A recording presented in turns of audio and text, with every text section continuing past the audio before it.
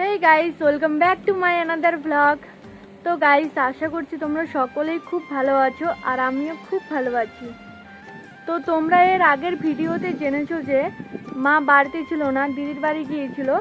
তো আজকে এসেছে আর মা কি কি এনেছে দিদির বাড়ি থেকে সেটাই তোমাদের সাথে শেয়ার করব। তো চলো। এইগুলো এনেছে, দুটো নারকেল আর লেবু। এনেছে, আর কিছু আনেনি গাইস। ভেবেছিলাম অনেক কিছুই আনবে, মানে খাবার, কিন্তু আনিনি, সেটা আমি ভুলছিলাম।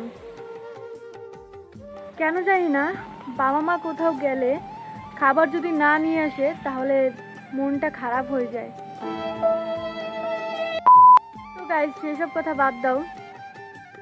এখন আমি আছি বাড়িতে আর মা গেছে গরু আনতে। তো চলো মায়ের সঙ্গে, মানে মায়ের ওখানে যাওয়া যাক।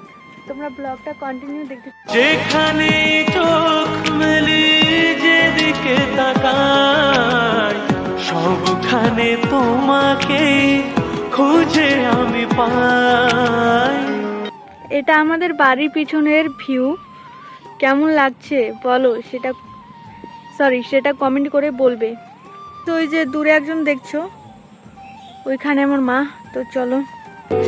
ভালোবাসি তুমি কাছাকাছি। তো ইনি আমাকে দেখতে পেয়ে আমাকে ওনার কাছে ডাকলো এন্ড আমি সেখানে যাই, মানে ওনার কিছু জানার ছিল, তো সেই বিষয়টা নিয়ে কথা বলছিলাম। 2000 years later.